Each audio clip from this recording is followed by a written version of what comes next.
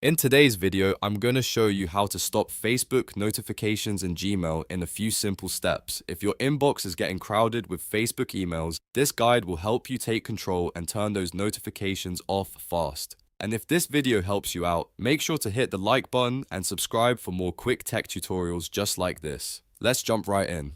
First, open Facebook and click your profile picture in the top right corner of the screen. This opens your main account menu. From there, look for Settings and Privacy and click on it. A new menu will appear, and next you want to click Settings.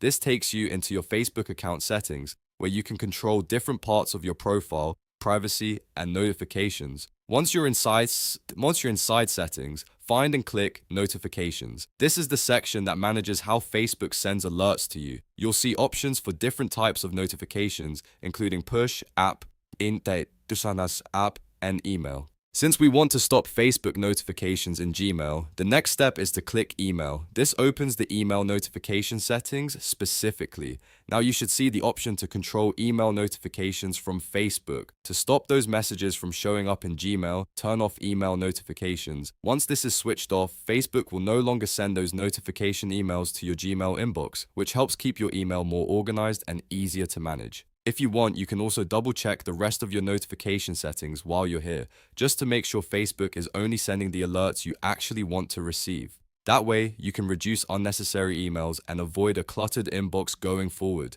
And that's it. You've now learned how to stop Facebook notifications in Gmail by changing your Facebook email notification settings. It only takes a minute, but it can make a big difference in keeping your inbox clean. If this tutorial helped, please give it a like, subscribe to the channel, and turn on notifications so you never miss the next helpful guide. Thanks for watching, and I'll see you in the next one.